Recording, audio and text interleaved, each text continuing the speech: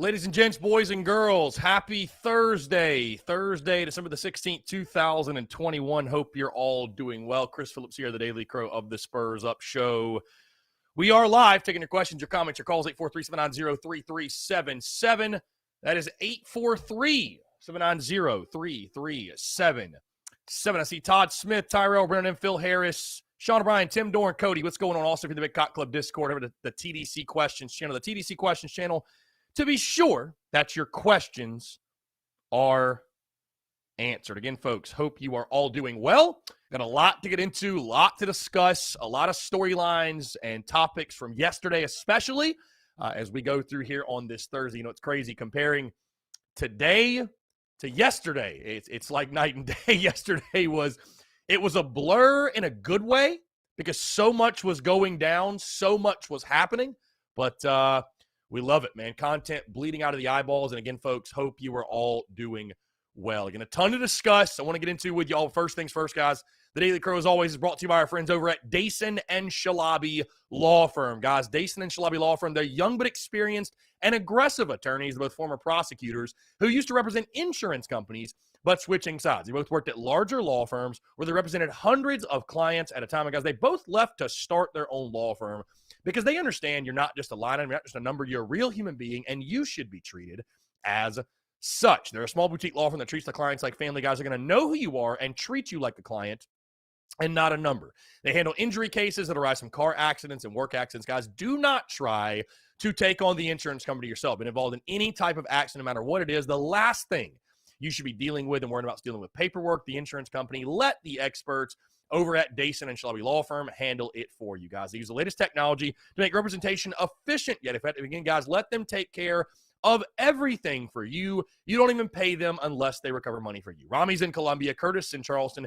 They handle cases statewide. They also offer virtual or in-person consultations at no charge. Guys, give them a call today in Columbia, 803-973-0304, or in their Somerville location, 843-388-3368. Or, of course, your one-stop shop, their website, dsinjurylaw.com. That is dsinjurylaw.com for more information. Again, guys, it's our friends at Dason and Shalabi Law Firm. Be sure to check them out and tell them that Chris from the Spurs Up Show sent you. Again, guys, appreciate you all tuning in. First things first, check out the podcast that dropped today, okay? Episode 559. Have a great conversation with Quan Lewis. I took the conversation from Tin Roof last night and put that on the podcast. Now, normally I would not do that. And also, I realized late last night, that the audio was out of sync, out of whack, whatever. So, I want to start by saying I apologize for, it's been sort of a wacky week, obviously, with all the content and all the news. And, you know, the reason we didn't have more of a put-together podcast for today was just because of yesterday and the pure madness that was. So, still check it out. We had a lot of great conversation at Tin Roof. If you can get through the audio that's not as great as I would have liked it to be. Tomorrow's podcast, episode 560, I'm going to do a 2021 National Signing Day accolades, if you will, or signing day sort of roundup. I don't know what the word I'm looking for is. Superlatives, that's what I'm looking for. Signing day superlatives. So I'll grade the class. I will give my sleeper. I'll talk best offensive, defensive player, and just give a little bit more of a organized thought process on the signing class that is currently right now. Again, of course, it's not over. The transfer portal is going to continue to operate and work, but just wanted to let you guys know tomorrow I'm going to follow up on signing day even more and give you guys a little bit more of an in-depth thought process on my thoughts, again, on signing day in the class that is currently right now. So again, I know today has been kind of out of whack, kind of crazy, but again, I appreciate you all rolling with the punches. Continue to rock and roll with everything we do, guys. Like we said, I mean, it's been a wild week. It's been a wild week, which is great, but it has been nothing short of a crazy week. So again, I appreciate you guys being there every single step of the way. Also, on a completely different side note, I wanted to mention this really quickly, and I'll show you guys because, again, we're very transparent here, and why not? So you see I'm not wearing a hat, right? Great day to not wear a hat because, right, You don't choose the mullet chooses you. I went to the barbershop this morning with every intention of, you know what? The mullet had its run. The rooster cut had its run. Let me do something a little bit different, a little bit maybe normal. And then I went in the shop and I told my guy, Danny Boy, shout out Danny Boy in 5 Points. Awesome, dude. Shout out Joe Charlton, by the way, former Gamecocks punter, for recommending him to me. But went in there and I was like, hey, man, I like the top. Looks good. Love the length in the back. Let me just get the sides cut up. And I'm like, that's literally a mullet. So you don't choose the mullet. The mullet chooses you. So the mullet's here to stay, at least for the foreseeable future. Obviously, the beard's here to stay. We know for basically ever. So anyways, mullet C Philly is here. Also, another thing, another note I want to touch on, and I don't know if he's in here yet. If he's not, I will bring it up again whenever he calls in or texts in or whatever. But we all know and are all familiar with our good friend Robbie Davis. We are all familiar with our good friend Robbie Davis. Shout out to Robbie Davis for sending me, if I can show you guys, this t-shirt. Yunkle Boudreau Comedy Show t-shirt. I want to thank Robbie Davis for sending me this. Got this in the mail last night. Was so excited. So Robbie Davis, a.k.a. Robbie Herbstreit. Thank you, Robbie. I truly appreciate that. And hey, let this be a lesson to you all. If you send me some merch, I'll rock it on the show. Why not? So I'm all good. I'm all for that. So again, anyways, taking your questions, comments, calls. We're not really here to talk about my mullet or Robbie's t-shirt, but we can. We can talk about whatever. 843-790-3377. To my guys, it's 843-790-3377. I want to take your questions, your comments, your calls, and hear from you. I asked this morning on social media, on Twitter specifically, what would you or how would you grade the Gamecocks 2022 signing class to this point? Right now, there are 330 votes in. There are 330 votes in. 66.4% of you are saying a B grade. 26.7% are saying an A. 5.8% of the C, and then 1.2%, which are probably Clemson slapdicks, are saying a D or lower. So, yeah. Anyways, would love to hear from you guys, your thoughts on the class thus far. Again, it's not over. What people don't realize is like the early signing day, what that means. Yesterday was just the first day. The first day people can sign, right? I mean, so it's not like that was the, oh my God, that was the last day. That was literally the first day. So recruiting still happening, signing still happening, the transfer portal still happening. And we sit here now, literally, guys, 2 weeks away from kickoff. 2 weeks from kickoff, 2 weeks till toe meets leather, when the Gamecocks will take on UNC. And you see behind me, in Zeb we trust, because, of course, Jason Brown has entered the transfer portal. So South Carolina, it seems like, will roll with Zeb Nolan. Zeb Nolan, indeed. So, again, we'd love to hear from you. 843-790-3377. Again, guys, I really do truly. I mean, I don't just say it to say it. I really do appreciate you guys rocking and rolling with the punches and being cool with, like I said, you know, yesterday was just pure madness. And this week has been great, but it has been an absolute grind for sure. And let's see, is this all right? Brandon. Let's jump to the phone lines. Green Bay, Wisconsin. To accept, press 1. To send a voice. Brandon, going on? What's going on, my friend? How are you? Good, man. How's it going? Doing well. You kind of threw me off, man, with the Green Bay, Wisconsin number. I was like, wow, this is a little bit outside of our normal territory, I feel like. But either way, man, pleasure to chat with you. What's going on? Yeah, man. South Carolina native. I just live up in Green Bay now for about 4 years. Gosh, big Packers guy, huh? I just want to talk about, yeah, man, the Packers, man. Love it. They love the Packers up there just as much as we love the Gamecocks. Yeah, for sure. I just want to talk about Spencer a little bit, man. I know people out in Oklahoma, I think they're just pissed off about the whole situation between Riley and the whole quarterback controversy last year. And people don't realize how good of a quarterback Spencer is. I mean, the man threw for 3,000 yards and 30 touchdowns in 2020 and won the Big 12 and beat the shit out of Florida in the bowl game. Like, I think it's just jealousy, maybe. I don't know. Yeah, I liked Caleb Williams better. Or... I mean, I'll speak to to Gamecock fans as well, like on the class. I feel like when people are looking at this signing class and the recruiting class and overall thoughts, I think that the mood would be, and I'm not saying people are like down in the dumps about the class or anything, but I think like the Jayshon Barham thing put sort of a damper on what was otherwise a successful signing class and what has otherwise been a successful recruiting adventure, if you will, for Shane Beamer in his first year. If Rattler and Stogner had announced yesterday, I think the narrative today is much, much, much different. And again, that's not to say that it's bad, but I just want people to keep in mind, people are saying, oh, we're 23rd, we're 11th in the SEC. That doesn't even include those guys. So, hey, you might have lost a 4-star linebacker, but you picked up a gem at quarterback. And, like you said, man, I know that Rattler had his issues at Oklahoma this past season. I get it. I understand. Oklahoma was sort of a wreck, with their coach leaving and everything else. But, I mean, there's just no denying the skill set the kid has. And, hey, maybe he comes in with a chip on his shoulder too, which benefits us even more. So there's no denying the skill set the kid has. He was as highly regarded, highly rated as he was for a reason. So the Gamecocks, I mean, just exponentially improved their quarterback room, adding him. And then again, of course, you can't forget Stogner, who's going to be a big-time target for you at the tight end position. I mean, people don't realize how big this dude is. 6'6", like 250.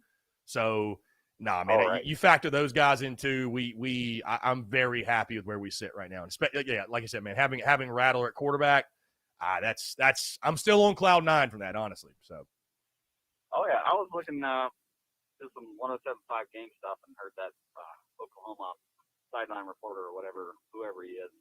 He said, the Stogner got hurt last year, but the year before that, it was unbelievable to watch him. And he's seen spurts of the oldest Stogner last year after he came back from his injury, and he said he believes Stogner is probably 100%.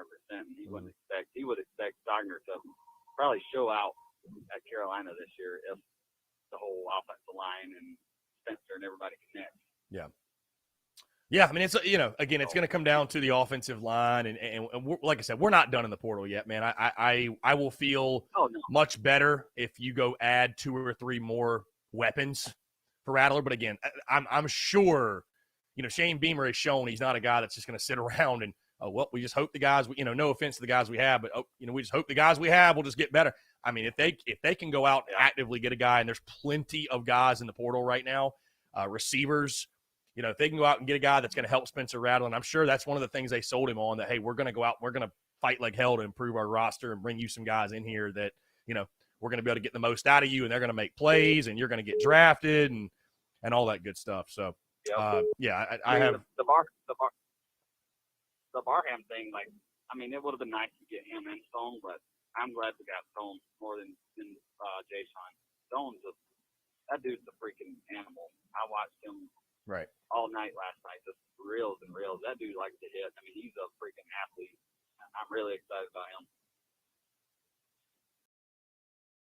Yeah, no, for sure. I like Stone Blanton. Hey, Mark Kingston got a good one too. Mark Kingston got a very good one too, a big slugger. Yep. So yeah, I think Stone factors in. I think Stone factors in immediately. I think Stone factors in immediately for sure, and will be in that rotation. And yeah, that pickup of Stone Blanton certainly makes the loss of Barham much more manageable. So, we obviously recruited very heavily in this class. I mean, you signed 6 defensive backs. So it's obvious defense was a focus. And, I said that before, and I'll say it again. I think it looks like what they're going to do is on the defensive side, or at least in the class with the high school prospects, they're going to focus on the defensive side through the portal. I think you're going to see them hammer the offensive guys. So, which I think is smart. Sure. I think it's smart. Sounds like those DBs and safeties are pretty wide set on their skill range and where they can play. So, I mean, we're obviously fine on defense. So. Yeah. I mean, again, and that's all I got. Yeah. No, I appreciate it, my man. Thanks so much for the call. Good stuff. 843-790-3377. The one thing I was going to say to him is that, we definitely overachieved on defense, but I think it's smart to go in there and still add defensive guys. We still do need depth, no question. You got to have players to work with, and, you will be losing Jalen Foster. You're losing Jay Jenigbare.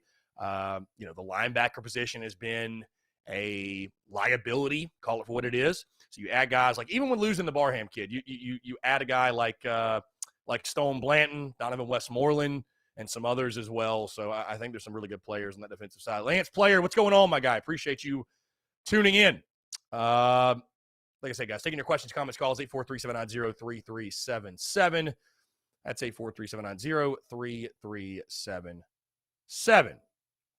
Heath Hagler, I leave to go on a boat to get ready for deployment for 2 weeks. I come back and we have Rattler and Stogner. Let's freaking go. Yeah, Heath, welcome back, my friend. And it's Monday night was crazy, my guy. Monday night was crazy. So, Courtney Washington, I felt like it was all a dream to have Maryland trolling the Gamecocks yesterday. That was, and they deleted the tweet. So if you're going to troll, at least stand behind it. So. Brandon Wagner, you can, yes, including transfers in our grade. Yes, I would include the transfers in the grade for the class. Yes, I absolutely will. I absolutely will be including, because they're literally a part of who you're bringing in. So why would you not include them, right? Why would you not include them? Let's see. Kevin Montgomery says Zeb might as well leave too. He ain't going to play. Who's going to play, Kevin? Colton Gauthier? I mean, who's going to play? I mean,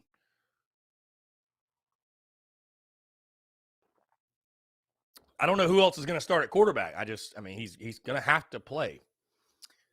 Scott Crane, not Gamecocks related. Well, South Carolina Gamecocks anyways. How about this Deion Sanders recruit that Jacksonville State landed? What's up with that deal? And how about the deal with Maryland landing that former Gamecocks recruit all of a sudden? What's your thoughts?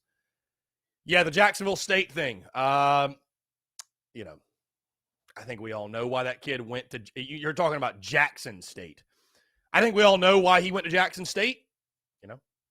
Barstool obviously facilitated that deal, and what's good for Deion is good for Barstool, and what's good for Barstool is good for their business. And so the number one recruit in the country going there, that's great for business. So, hey, Dave Portnoy throwing the bag, savvy businessman, so be it. And I'll just tell you this, guys. I'll just tell you this. Hey, NIL's great, and for 99.9% of cases, they're not that type of money, that stupid money is not being exchanged. Listen, if somebody wants to give a kid $1 million to come to their school, a 17-year-old high school prospect, if somebody wants to do that, they're going to willingly do that. More power to them. That's great. That's great. But that shit's stupid, in my opinion. That's stupid, bro. Like you're insane. You're insane, bro. To give, I don't give a damn if you're the number one rated player, you're a 5-star. I don't get, like, you are an unproven high school prospect. And let me ask you this question. Why did that kid go to Jackson State? Did he go there because it was just a better school than FSU and he's going to have better opportunities? He went there because he's getting $1.5 million. Let's call it for what it is. Let's call it for what it is. He went there because he's getting $1.5 million. So I'll tell you this. If your number one reason for going to a school is NIL, then I don't want you. I don't want you, period, anyways. If that's your motivating factor, I don't want you. Sorry. If you're in it for the wrong reasons, such as that, you can go somewhere else. You can go where that school, that booster is stupid enough to pay you that kind of money. Hey, you want to pay a guy in the NFL millions and millions and millions of dollars? That's proven? Absolutely. Paying an unproven high school kid $1 million? You can kiss my ass. Like, straight up, dude. Straight up. That's insane, man. That is insane. And that's, again, why some of the NIL stuff, I don't question the players. Hey, take the bag. I question the business owners. For example, Tex Ags paying Isaiah Spiller, what are they paying? $50,000 for an interview or $10,000? Even, it's insanity, dude. It's nuts. It is nuts. And I tell you what, the kids that are getting that kind of money, the $1.5 million, that kid, watch his family. and it may work out. He may be a first rounder and everything else. Watch his family. We see it all the time. People win the lottery, right?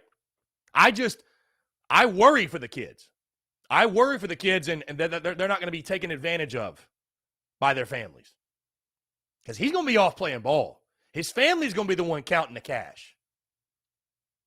I just hope and pray they don't blow all his money.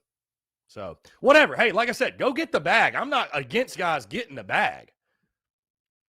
And hey, Dave Portnoy, savvy businessman, right? But I just, even if TSUS was in the position, I'm sorry, bro. I'm not giving Jayshon Barham $1 million to come play football at South Carolina. I'm not doing it. I'm just not doing it, bro. Like, sorry. Nope. Hey, you want to come ball out and be a freshman All-American? I'll give you $1 million. I'll give you $500,000. I'll cut you some. But you ain't done jack shit, bro. You ain't stepped foot on campus. What have you done? And again, it's like Brad Lawing told us when he was at Tin Roof, you know, talking about kids that are looking for attention on the recruiting trail, and that they feed off that attention. They don't normally pan out, guys. They don't normally pan out. They don't. They don't normally pan out. Nope.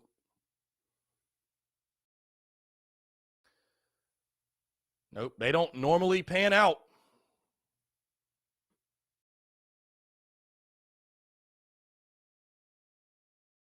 So.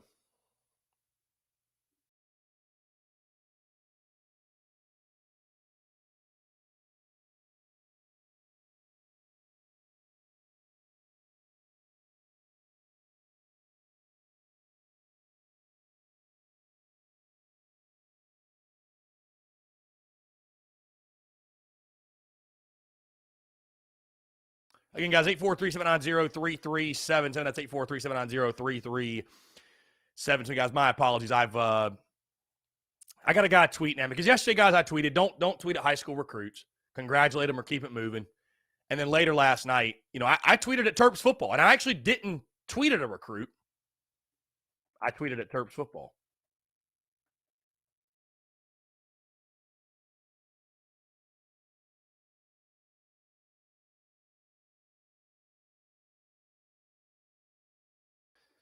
But with this Barham thing, man, with that video coming out and then the details from Shane Beamer, they sort of asked for it, bro. Like I'm still not an advocate of a tweet at a recruit, but if you want to go tweet at Maryland football, be my guest because they can kick rocks. I mean, truly, they can kick rocks.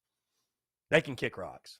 So the whole, you know, that whole situation.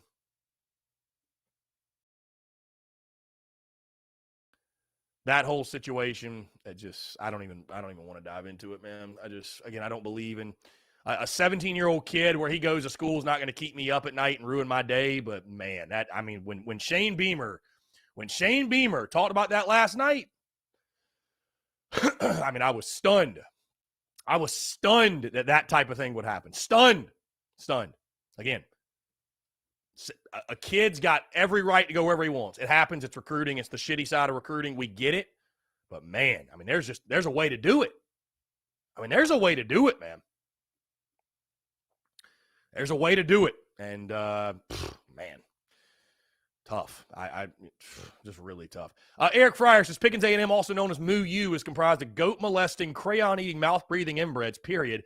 What they sent to Cam Smith is unforgivable. Karma is real, and it's coming back on them. Yeah, that was – I can't believe a real human being sent that to Cam Smith. But shouldn't be surprised. Jay Smith, what's going on? Appreciate you tuning in, my friend. Let's see. Let's head over to the Big Cock Club Discord TDC Questions channel. Phil says, daily weather report, New Hampshire. Just a second. Let's jump to the phone lines. What's going on, my man? How are you? Good. So I did not end up getting to listen to Shane's show last night. I was watching the late flight. So I did watch Shane some of the things press conference when I got home. And I could tell he was a little annoyed, but I guess you listened to the show last night. Was he more pissed off than he was the press conference, or like what? So you're asking what? Was he annoyed at the press conference? Is that what you're saying? Well, yeah, I could tell he was annoyed. Yeah, I mean, no kidding. He was annoyed, man. He got a quick fast one pulled on him. I think certainly he was annoyed. Yeah, I'd be annoyed as well. So. Yeah, I won't blame KB either. I know that his coach ain't going to be behind him. But when you talk to the kid and his mother the night before, and then they flip, which now we know is what they were going to do all along, like, I can't blame him for being put on. I can't blame him either, my man. Yeah, I mean, that situation, again, it is what it is, and yeah, you know, it's whatever. You know, thank goodness it's not our problem.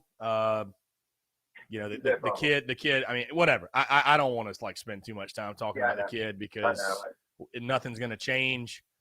But, you know, there's a way to handle things, there's a way to not, and it speaks to the character of the family. And I'm glad that's not part of our program. So. Yeah, I just that was my takeaway. Like, yeah, I watched maybe I did watch up until James said something about him, didn't mention my name, and then like I said, watching the stuff I think that show, everything I stuff happened. Yeah. No, for sure. John, I appreciate the call, my man. 843-790-3372. So, guys, when you call in, make sure, say it with your chest, speak directly in the phone so everyone can hear you, because we do have the setup. It's a beautiful thing where we can take calls, but you really got to speak with your chest, because if you don't, nobody can hear you. So, John, I appreciate the call, my man. John always calling into Shane Beamer's call-in show, our show. I love it, man. I love it. Jonathan Moffrey, what was your tweet saying? Beamer ball to the moon. There was no inside info. That wasn't like an eyes emoji tweet. It was just Beamer ball to the moon. So. Uncle Boudreau. Uncle Boudreau, what's going on, man? How are you? Man, your ratings are jump now that you got that shark T-shirt on. I know, man. I know. I was very excited when I got it in the mail last night. Man, that's a good-looking fella on the front of that shirt there. And I'm heading up to Easley this weekend. Can I plug my show? Dude, yeah, go ahead. Yeah, absolutely. Yeah, I'm gonna be up in. I've got get me a little bit of a fan base up there at Easley. I've done several shows from Pickens, Liberty, Easley, a little bit in Greenville, and anyway, I'm gonna be at the Silver Moon. I think it's a lounge bar. I don't know. The guy booked me. He told me how much he's gonna pay me and how much time, and I said I'll go. So ain't no telling what I'm getting into up there. But anyway, I'm sure it's a great establishment. Silver Moon Dinner Lounge, maybe it's called, in Easley, South Carolina. I'll be up there this Saturday from 8 to 9:30. Got a couple of good comedians opening for me. A fellow named Tom Emmons. Boy, he's been at it for a long time. Really funny guy. He'll be on the show with me. And Paul Snyder, he's a fairly new comedian, but he's really good. And then I'll be headlining the show, and I'll be on some Oxy, I'm sure, because I just had my knee replaced. So I don't know how funny I'll be, but I ain't gonna care. I don't think. Or you could be, be even funnier. You could be even funnier. You never know. Well, they need to record it, because I might come up with some stuff, because I'm not a drinking man at all, and I drink a little bit, but not hardly any. Because there's a bunch of people got together, Chris, one time and said, "Now, your Uncle Boudreau, you don't need to drink no more." Now, some of them had badges. One of them had a robe on and kept hitting his desk with a hammer. Don't know what the hell his problem was, but anyway, I just decided I don't drink no more, and I think the world's better for it. Those real fun guys, when they get drunk, they real fun and it's great to be around. Mm-hmm. Well, I wish I was one of those guys, and I'm not. So yeah, I just not much of a drinking fella. But yeah, you look good in that shirt. Did you show the audience the back of it? I'm going to show them at some point. I haven't turned around quite yet, but no, I love the back, man. It's incredible. The shirt's incredible. You guys did a heck of a job. Hey, good friend of mine named Greg Sword, local guy right there in Columbia area. Greg Sword actually drew that picture on the back, and he's a great guy. He's involved with some music and venues there in the Columbia area, getting talent out there and stuff. Anyway, he drew that picture for me of me on the back. I think he drew me a little too fat, but hey, it's all right. Hey, I think you look great, my guy. I think you look great for sure. Hey, have a good show. I appreciate you, my man. Did you get my poem I wrote? I don't know that I did. Was it in the? It's been pretty long now. It was. I wrote it at the end of the year last year about being a Gamecock fan. Oh, no. Okay, that one. Yeah. I was planning on, if you guys don't mind, reposting that as we get into the holiday season. So, yeah, I think that was awesome. I thought that was awesome. Absolutely. I thought that was awesome. Yeah. Being a Gamecock fan ain't, that's my lot in life. It ain't a lot, but it's my life. Yeah, for sure. So I loved that. Well, man. have a good one, Chris. Enjoy your show, man. You too. I appreciate you, man. Take care. Great stuff. Hey, I don't normally people calling in promoting stuff. That never happens. So Uncle Boudreau, Robbie Davis, they've been tuning in forever.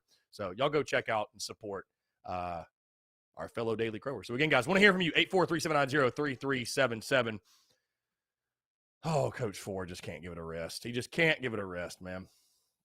The Stog story blows holes in the narrative we tried to gin up about Rattler being motivated to come here and play for Saturday. Coach Ford, I just be happy we got Rattler and shut the fuck up. I mean, honestly, man, like I'm sorry, but I just not today, man. Not today. Not today. It just, dude, we got him. Who gives a damn who the OC is at this point, bro? Like I'm just, at some point I'll be ready to argue about the offensive coordinator and raise hell, but oh man, let's just be happy for a day, bro. Let's just be happy for a day. John Gibbs says it's all about money. They make you not appreciate the system anymore. Kids don't want to go for the right reasons anymore. At least also don't. There are still some good-headed kids out there, and that's who we need to surround our program with. For sure. Again, I say this, Coach Ford, I apologize. I think I'm just honestly worn out from yesterday. But come on, man, just be happy we got Rattler, dude. Come on, it's every day. It's every day with the Satterfield thing. Every day. I understand. Hey, they're gonna evaluate. We know there's not gonna be a change till after the bowl game. I mean, Jesus Christ, just let it play out, my guy. Just let it play out. Just let it play out, man. Again, I said it before and I'll say it again. I don't know if Coach Ford would disagree with me, but if I had to choose between bringing in a guy like Spencer Rattler and Stogner but keeping Satterfield, or getting rid of Satterfield and hiring who knows, but next year going into next year with Jason Brown as our starting quarterback, or a freshman Braden Davis, or even Luke Doty, I'm going to take Rattler, man. I'm going to take Rattler because I, for lack of a better way of putting it, and this is the God's honest truth in my opinion, that I think Rattler is going to make Satterfield look a lot better than Phil Longo or whoever the hell Coach Ford would hire. He's going to make them Satterfield look a lot better than that OC is going to make Jason Brown look, or a freshman Braden Davis, or even Luke Doty. So, and I'll die on that hill, man. I just, and again, Coach Ford's actually wrong, because how he was convinced to come here, that doesn't mean that he wasn't also, when they had their 3-hour Zoom meeting, maybe the offense, the scheme, the system was part of the reason he wanted to come. So I don't know how you draw those conclusions, but it's just continuing to try to poke holes in things that don't need holes poked in them. What's the point? What's the point? You're poking holes in things there's not areas to poke a hole in. So I don't get it, my guy. I don't get it. So I don't get it. Kevin Cox my thing is, why didn't Beamer go out to Rattle in the beginning? Had to hear from Stogg's dad. Bro, I don't know, Kevin. Does it matter? We got him. Does it matter? That's just a weird thing to be concerned with, I guess. I just, does it matter? Who cares? We got him. Who cares? Call from. Let's jump back to the phone lines. Justin Hausen. Justin, what's up, man? How are you? Good, Chris. How you doing today, man? I'm doing well, man. Appreciate you asking. What's going on? Man, I just kind of wanted to interject some perspective, and I took a little break real quick from work to give you my thoughts and opinion on something. Then I'm going to hop off and get your response. But so stoked we got Stoger. I kind of spoke that into existence, I believe. And then we got Spencer coming in, then Bland. I honestly think in all the hype, something that's gotten lost along the way is Coach Beamer. And The reason why I say that is because we had a first time ever head coach, no experience, come in, take something that was really nothing, turn it into a 6-win season to get us bowl eligible. But one of the stories with the, I guess you would say, last coaching staff, if we could call it that, was they could get talent in, but they couldn't develop players. Now, we got Rattler coming in, who some people like, some people don't. I'm for Rattler being here. Whatever the kid, we've all been 17 years old, young and dumb, and made dumb decisions. It's life. You learn, you grow, you get older. So with that being said, I think not only is Beamer adding more fire to the Shane train to keep it on the track, but he's also putting himself in a situation to prove he's head coaching material. Because hypothetically, let's say all these negative reports about Spencer's true. Let's just say it's true.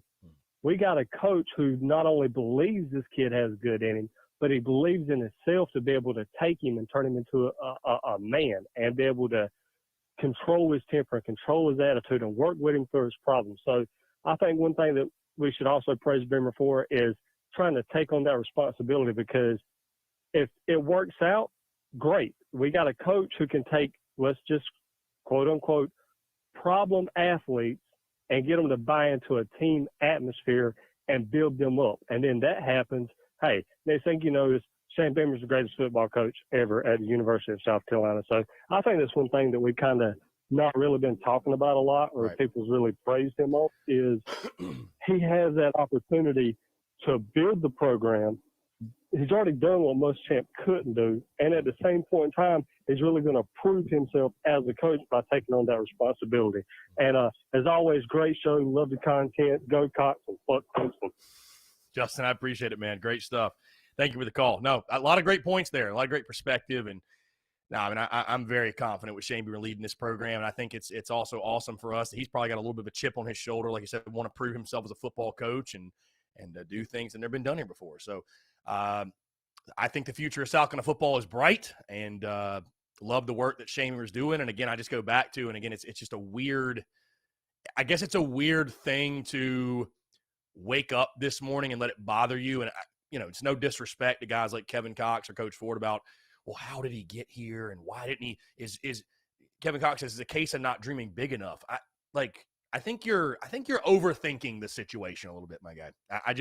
I understand what Beamer said about how it all happened, but they still had to have a meeting with him and sell him on South Carolina. The fact of the matter is you got him to come to Columbia. It doesn't really matter how it happened. So that's a weird thing to let irk you, I guess. I don't know, man. That to me seems strange. Either way, Shane Beamer made the move of the transfer portal that will probably happen, period. South Carolina football is on a national level right now because of Shane Beamer getting those guys here. That's the storyline. The storyline's not, oh, well, why did they call him this way and do it this way? Who gives a shit? They got him here. That's such a weird thing to. That's a weird thing. I don't give a damn, Coach, if Stogg sold him or if Satterfield sold him, or who gives a shit. Beamer had to sell him. I'm not going to give any more. I'm not going to give any more attention. That's just such a weird thing to that's a weird thing. I don't know.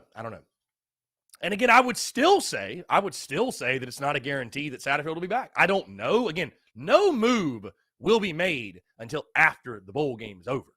No move. So we got 2 weeks till kickoff. 2 weeks. And then after that, it'll be, okay, now what's next? I don't think there's any guarantees right now. But, we'll see.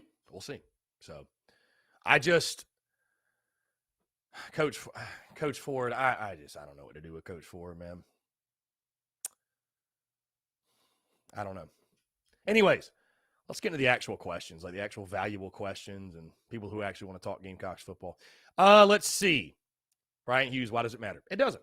Nick Renfro, I think it says a lot about Beamer and his recruiting abilities to land someone like Rattler, who he has never even stepped foot on campus. Yeah, that to me was wild. That he actually has never stepped foot on campus. And again, it goes to show that Shane Beamer's a guy that does build relationships, and he did that at Oklahoma, and he's a genuine human being, and you don't get guys to trust you to come across the country to play football for you if they, if you don't have those relationships and if you haven't built that trust and if you're not a person of your word and very genuine. So I'm glad a guy like that is leading my football program. I'm very glad a guy like that is leading my football program. So let's see. Kevin Cox, hey, all questions are fair. All questions are fair here. I don't know, man. I guess I heard Beamer explain it in regards to how Spencer Rattler got here, and it just didn't even move the needle for me. It was like, oh, kind of random. I'm sure there's many parts of the story, too, that he's not telling us. So, whatever, man. It is what it is. Just glad it happened. Just glad he got here. Glad that Shane Beamer was able to sell Spencer Rattler and Stockton on the opportunity to play here, play in the SEC, the starting quarterback of South Carolina. I'm thrilled. I'm giddy. I'm literally giddy. And we got some fire merch on the way, by the way. You guys are going to love it. So, again, appreciate you all tuning in, guys. 843-790-3337. Brian Hughes says this says a lot about Beamer and how much the players love to play for him. I agree. Jeff Gullidge, do you think we land anyone else for the portal before the end of December? It's really tough to put a timetable on it, Jeff. I wouldn't doubt it. It's tough to put a timetable on it. I don't know if you guys just saw Miles Brennan actually just went back to LSU. So the portal's all over the place. Call from Show to the phone lines here. Robbie Davis, a.k.a. Herb Street. There he is. to accept. Robbie, what's going on, my friend? How are you?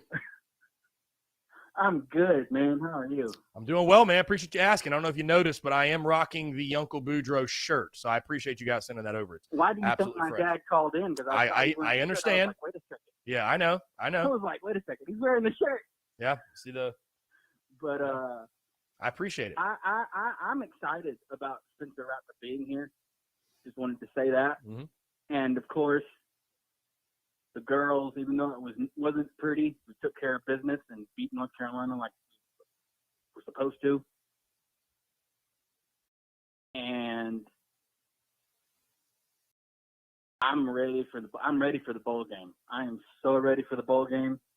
Regardless of what happens in the bowl game, I'm going to be proud of the coaching staff and proud of the players, regardless of what happens. And I know you've probably noticed this, but I feel like Beamer is one of them coaches to where he's not going to sugarcoat it for a recruit. He's going to be honest with them. Does that make sense? I agree 110%. I think Beamer's a guy that believes that honesty is the best policy, and he's going to be real with kids. And yeah, I mean, there's nothing that tells me otherwise. You know what I mean? So nothing that tells me otherwise. And I just feel like people that are like there's people out there that don't like the fact that Beamer is our head coach. I know there's people out there. There's people out there. And I'll keep saying this until I'm blue in the face like a Smurf, okay? If you think you can do better, why don't you come be the coach? Being a head coach in a sport, especially college football, is harder than you think. It ain't just about coaching. You got to recruit. You gotta basically have open tryouts and then figure out who can stay and who can hang and who can't. And then you got to cut them. You got to figure out who you want to keep and who you don't want to keep. And then you got to cut them. It's the same way in professional football. You start off with a specific amount and then you cut it down to 75 or 65, something like that. Right. The best players will be on the team this next season. End of story. Some people that Beamer recruited might not even suit up this year. They might wind up getting cut. We don't know. They might have been the stuff in high school, but whenever they get to college, they realize, oh, crap, this is a lot harder than I thought. Yeah, it is because it's college. It ain't high school. You're not going up against 17 and 16-year-olds. You're going up against 18 to 21-year-olds who probably played college ball for 3 to 4 years.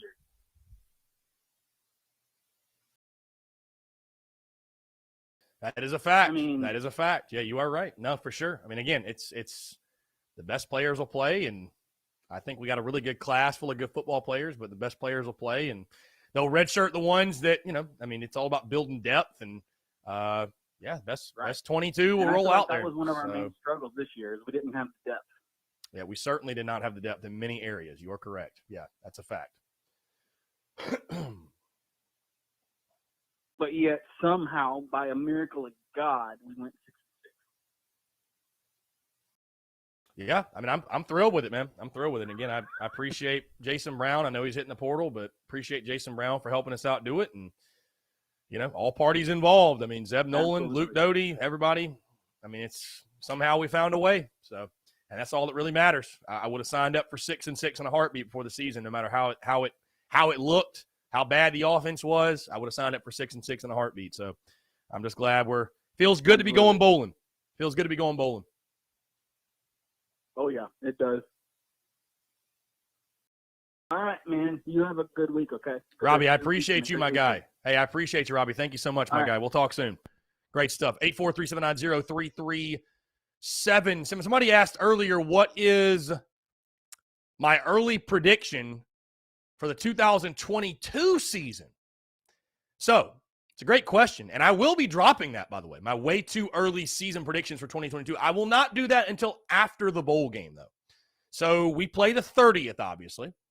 The 31st is New Year's Eve on a Friday, and then definitely that following week after New Year's, I will drop my way too early prediction. So that's when we'll do it, the first week of 2022. I just honestly, guys, I have not sat down and looked at the schedule and broke everything down. I mean, I've looked at the schedule, but not like in a way to make predictions or anything. So we will do that the first week of 2022. So, excuse me. Cap Shark says, here's a question. What role did Shane's return to Norman after he signed to Columbia play with Stogner and Rattle? That kind of loyalty can make a huge impact on people. I agree it can. Obviously, he was Stogner's coach directly. And, I mean, that's why he had the relationship with Stogner. I think that's why he's, Stog's dad reached out to him. I think that's why that was the first conversations he had. It wasn't with Rattler. It was with Stogner. And he also said that when Stogner hit the portal, they called him basically immediately. So that's why they were the first to reach out. But, yeah, I mean, I think just being a genuine human being, and Stog visited and sold Spencer Rattler on it, and they talked to Spencer Rattler further, and they sold him on it, and the rest is history. So, let's see. Can we drop Under Armour? I'd be down. Chris Martin, what's Kevin Harris going to do? That's a great question. Guys, if I had to bet on it, I think Kevin Harris is NFL bound. I do. I think Kevin Harris is NFL bound. So just my guess. I feel like he was coming back. Why wouldn't he just say it? Phil Harris says, if we lose 28-0 like the last bowl game in Charlotte, then my reaction will not be proud. But then again, I'm not the king, Robbie Davis. I mean, I would hope and pray, Phil, that type of result will not happen again. I was at that game. I'd have to hope and pray that won't happen again. Bryant Hughes, ready to see Birch be the beast I thought he was going to be. I hope so too, man. I hope at some point we see the best of Jordan Birch. I mean, the guy's obviously got ability, obviously got talent. He wouldn't have been rated like he was and so highly recruited if he didn't. I don't know, man. It's baffling. It's with JJ going to the NFL, he's going to have to be. Yeah, we need him. Justin Bell, how many points are we going to score against UNC? Guys, full UNC breakdown preview coming the week of the game. I'll have all, my deep dive and, key matchups and predictions and keys to game, all that good stuff the week of. So, see, and when fans who don't know what they're talking about draw conclusions, I don't get that. Coach Ford again. Coach Ford just has a way of making himself like an ass. Nothing to do with Beamer and how he got Rattler. Kudos. But it is a lie to say Rattler was motivated to come here because of Satterfield. Coach Ford, you don't know that. You do not know that. Maybe his initial interest was piqued because of Stogner, but they had like a 3-hour Zoom call with the kid, they said. So, and it wasn't It wasn't Beamer that said that. It was literally someone in Rattler's camp that said that. So, Coach Ford, you don't know what you're talking about. You're making up conclusions to fit a narrative you want to create so you can poke holes in what's going on. Coach Ford, you can watch film and see scheme and be explained scheme. You try to do it every day. I don't know who you're mad at or what you're mad at today. I wish you would just call in. Just call in. Just call in because your point doesn't make sense. It was literally somebody out of Rattler's camp that said that. Beamer never even said that. So, like, don't shoot the messenger. I'm just telling you what the guys in Rattler's camp said. Again, weird hill to die on. Weird hill. Who cares why he's coming? Who cares? He's here. I don't know, man. I don't know. There's certain fights and battles you can pick, and I don't get fighting that battle and being that upset. I don't think Coach Ford would piss on Marcus Satterfield. He's on fire, honestly. Here's an interesting actually, we'll get this out to the break. Let's go ahead and take a break. Well, let's go ahead and take a break. We'll allow Coach Ford to cool off and think about what he's done. But I do want to get into this because, again, you guys know I'm friends with Mark Ryan. I go on ESPN Upstate. I vehemently disagree. That's a word, right? Vehemently. I absolutely disagree with a point he made about Gamecocks quarterback Jason Brown and South Gunna fans and how they should or should not, or how they're feeling about his decision to hit the transfer portal, guys. I want to talk about that. I want to dive into that. And so you can tell when Coach Ford knows he's wrong because he just jumps to the entire other side. So I appreciate you admitting that, Coach Ford. Thank you. Either way, 843-790-3377. That's 843-790-3377. We are taking your questions, your comments, your calls, guys. I want to continue to hear from you. Again, I'm going to talk about the Mark Ryan tweet and other things. Again, I want to hear from you. 843-790-3377. This day after the early signing day. Got a lot to discuss. And more of your questions, your comments, your calls, and more on the other side of the break. You're tuned in to the Daily Crow.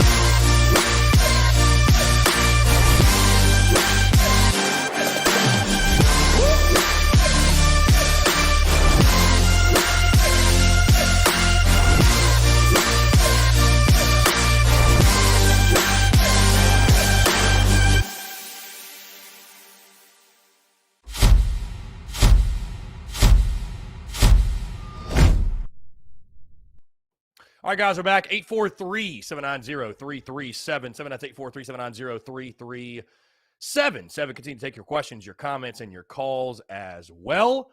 You know what? I'll say this. I'll say this really quickly.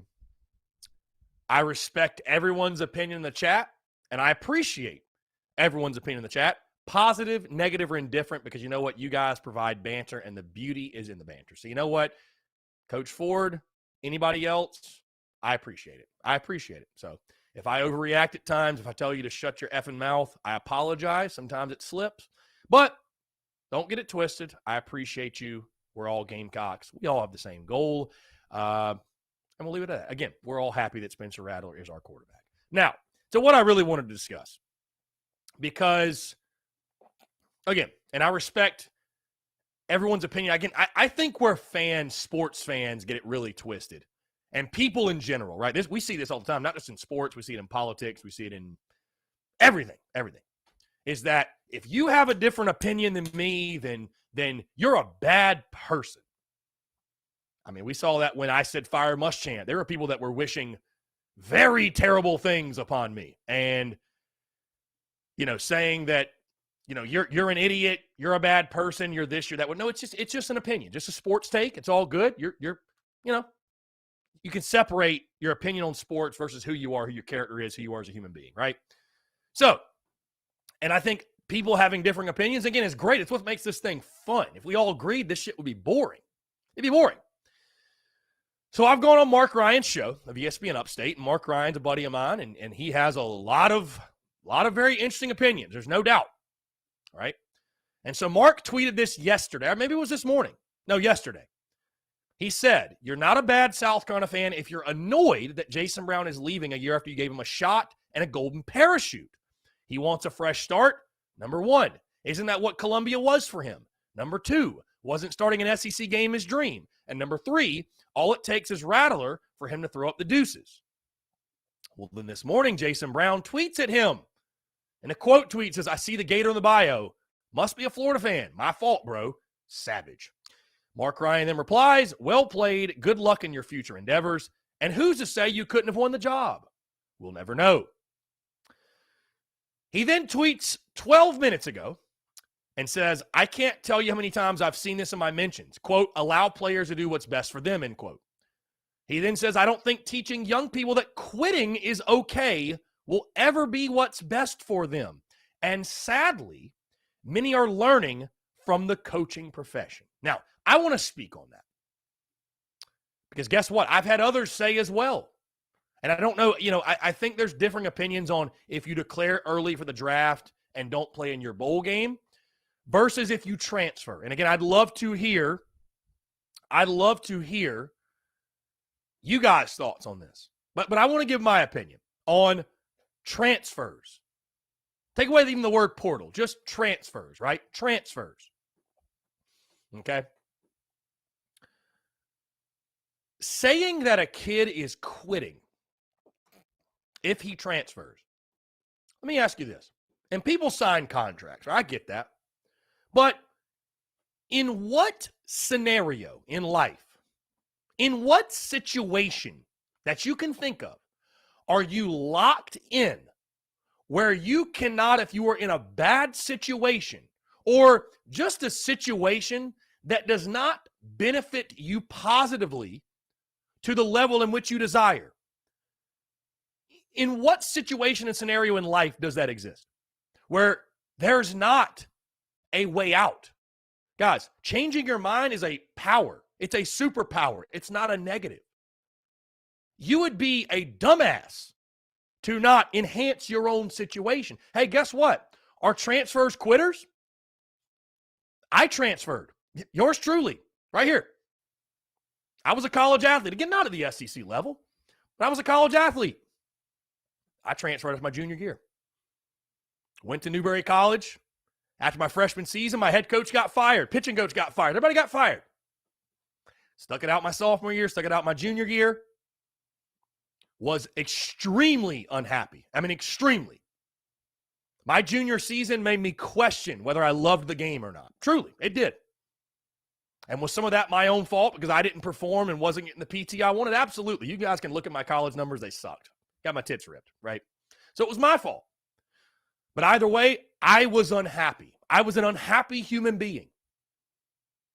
Should I have just stuck it out just because? Should kids just stick it out so people on Twitter can say, well, good for you. You're not a quitter. To say that a kid, when they have the opportunity to do so, thank God, we live in a country, we live in a society where you can upgrade your own situation. I mean, imagine if every relationship you got in, imagine if every job you took, and it wasn't the best thing for you and you weren't happy, you couldn't enhance your own situation. There's no other scenario in the world like that where, hey, if you start a book and it's not good, you don't just finish it out of some moral compass, higher ground bullshit thing that you made up in your own head. So to come after a kid because they evaluate a situation, they give their blood, sweat, and tears, by the way, first things first, fight their guts out. They evaluate a situation. They say, I got to do what's best for me. Because at the end of the day, I got to live this life. This is my life. So who gives a damn what some Joe Schmo on Twitter thinks? They're not living this kid's life. So to say that like every kid that enters the transfer portal, every kid that transfers is a quitter, I mean, shame on you. Honestly, shame on you. And if you have a differing opinion, you're if you want to be that guy that, oh, they're all quitters, fine, dude. You can have that opinion. But hey, I guess that makes me a quitter. So I will never damn a kid for, again, evaluating his situation. I mean, I've seen some of the most ridiculous stuff. Oh, just stay and battle it out and be a great backup. What?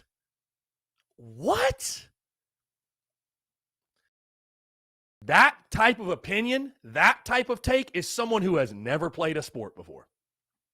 Never. Never. Ever. There's just no way. Because guess what, guys? All your favorite athletes, right? Everybody on that roster at South Carolina, everybody who comes to Carolina, they have dreams of playing. Nobody comes to Carolina to ride the bench. Nobody wants to ride the bench. Nobody's just happy to be a Gamecock. Nobody's just happy to get a jersey. Maybe a few, but most want to play. Being a Gamecock is not more fun than being a starter. It's just not. So, again, to come from some, moral compass, higher ground. Back in my day, nobody quit. Back in your day, people were probably fucking miserable. To come at a kid for wanting to hit the portal and enhance his own situation, man, again, we all, the beautiful thing about this country and the beautiful thing about our society is we can't agree to disagree. We'll just have to. We'll have to here. Because, again, I was a transfer, and I don't apologize for it. Thank God. Thank God I left. Thank God. It's no disrespect to Newberry. It's no disrespect to Russell Triplett, the head baseball coach there, but thank God I left because I was in a miserable situation. I was miserable, terribly miserable. So miss me with he's a quitter. You're a quitter. We're teaching kids it's okay to quit. No, we're teaching kids it's okay to, if you're in a bad situation, don't just on the chin. And it's wild, by the way, that in this society, this mental health society, that we're coming after kids who want to enhance their own situation. So you're saying they should just stick it out and just be miserable. I mean, because guess what? It's very hard as an athlete, very tough when you are pouring, again, your favorite athletes, those guys on the bench, guys, they're working just as hard as the starters, if not harder, because they're trying to break the lineup. They're going through all the workouts. They're going to all the meetings. They're doing all the film study, right? They're going to all the practices. They got to treat game day the same way as the starter. And guess what? They get none of the glory. None of it, because they don't play. They don't play. So you think a kid should just stick it out, and just be a Gamecock or be whatever. It doesn't have to be South Carolina. This is just a college sports thing. Should just stick it out and grind for 4 years and never get his shot because he should honor some commitment when he could go somewhere else and be a different school and play and reap the benefits of the hard work he's put in. Again, it's very painfully obvious when you make that type of statement that you have never been an athlete. You certainly have never been a college athlete. It's painfully obvious. And I'm not trying to speak from some, well, I played college sports and you didn't, so my opinion's more valuable than yours. No, but I am giving you some perspective. I'm giving you some perspective of why your opinion is very flawed. Your logic is flawed. Your logic is flawed. And I know there's old heads out there that will forever disagree with me. That's fine, but your logic is flawed. And again, it's painfully obvious you've never been a college athlete and you've never gone through the day-to-day grind, and you've never been in a position like that where, hey, it's easy to be the starter and you got all the glory and everybody loves you and knows who you are. Very hard to be that guy in the background who's the third string, fourth string, fighting his guts out just as hard, if not harder than that starter, and get none of that. Just stay and be a good backup. Kiss my ass. That's what I say. Kiss my ass. If that's your opinion, kiss my ass. Truly. So that's my take on it. Again, I literally went to a different page and cut off the comments so I could get into that rant. But I just and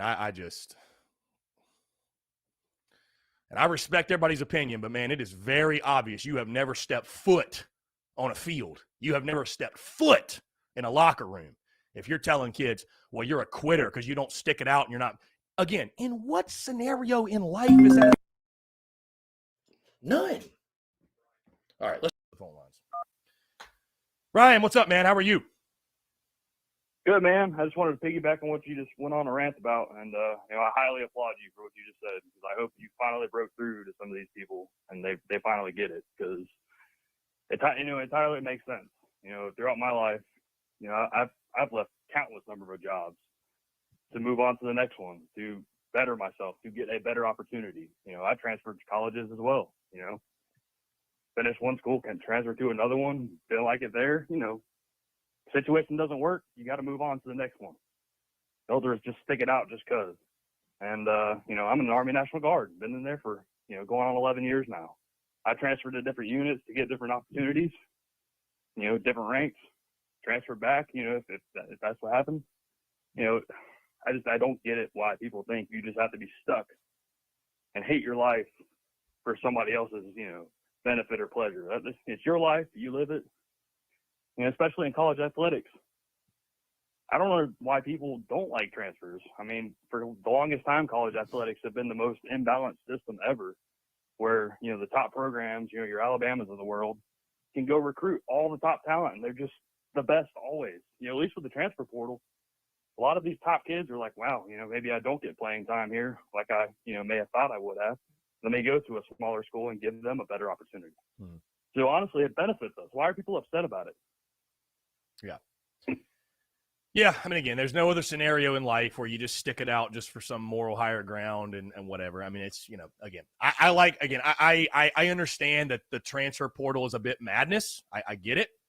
And does it need to be regulated? Sure. But I don't know, man. I'm not going to die on the ledge of damning a kid for wanting to hit the portal and betters the situation. I'll say this too, back to the Jason Brown thing. Do I wish he was playing in the bowl game? Yes. I do. I would have loved to have seen him play in the bowl game. But if he feels it's better to get a head start on it and, better his situation, then so be it, man. It's the Duke's freaking Mayo Bowl. I mean, I'm excited for the Duke's Mayo Bowl. I want to win the Duke's Mayo Bowl. I'm fired up for the Duke's Mayo Bowl. But you know what? Jason Brown had no ties to South Carolina before this year. And if he looks at the Duke's Mayo Bowl and says, you know what? I don't really want to play. I'd rather just go ahead and start looking somewhere else. Then, I'm not going to lose sleep over it, man. It is what it is. It is what it is, bro. It's all good. I mean, it is the Duke's Mayo Bowl. Let's just call it for what it is. So, yeah. I'm with you. I wish he would play too, but at the same time, you never know what's happening behind closed doors. You never know what's happening behind closed doors. That is a fact. That is a fact. That might have just completely screwed him up mentally. He might be fighting with teammates. You never know what's happening behind closed doors. It could be a complete negative. If he would have stuck it out and played in the bowl game, we might have looked like just total garbage just because Jason Brown doesn't want to be there. And that just because he felt like he was stuck, it affects the whole team. Yeah. You just never know. Yeah. Yeah. I mean, like you said, man, I don't think there's a Gamecock fan out there that is glad he's not playing the bowl game. Like, thank God he's already transferring. But, again, we don't know what happened, and it is what it is. And So be it. We'll all we got's all we need. We'll roll with the 11 on offense we got. So, hey, maybe it gives Zeb Nolan the opportunity to write his story and there you go. The rest is history. I don't know, man. So,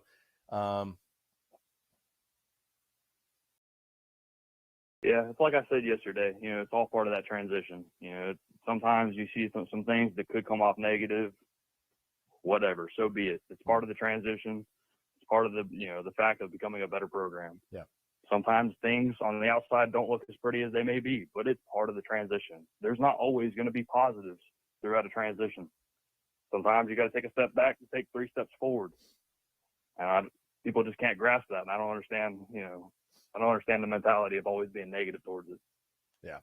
I mean, hey, adapt or die. It's the new day and age of college football, and guys are looking out for themselves first, and again, wanting to better their situations. And again, I wish they were playing in the bowl game. Even guys like JJ and Quan White. And do I wish they were playing? I'm not saying, man, I hope I see more opt-outs, and I hope I see more people skip the bowl game. Like, I'm not saying that, but you either adapt or die, right? You either adapt or die, because you're bitching and moaning ain't gonna make more guys play. It's just not. It's just not. Gone are the days of a guy like Jadeveon Clowney just playing in the bowl game just to do it. Like, the number one pick ain't playing, most likely, unless they're in a playoff or a huge bowl game, if you will. And again, a lot of these guys, too, they weren't recruited by Beamer, man. Like, they're not Beamer's players. Like, maybe 5, 6, 7 years from now, when truly, like, the culture is 110% there and the family's there, it's like, maybe there will be a stronger connection of like, man, I want to go play for my brother and just go fight it out one last time. And hey, again, I'm wired that way where, and it's hard to speak on a situation when you're never going to be in it, but I don't think I would skip the bowl game. But it's going to happen every single year, man. It's going to happen every single year. And hey, a guy like JJ Nibar, he wants to go chase first round money. So be it. So be it, man. He more than fulfilled his obligation to the University of South Carolina. He more than did.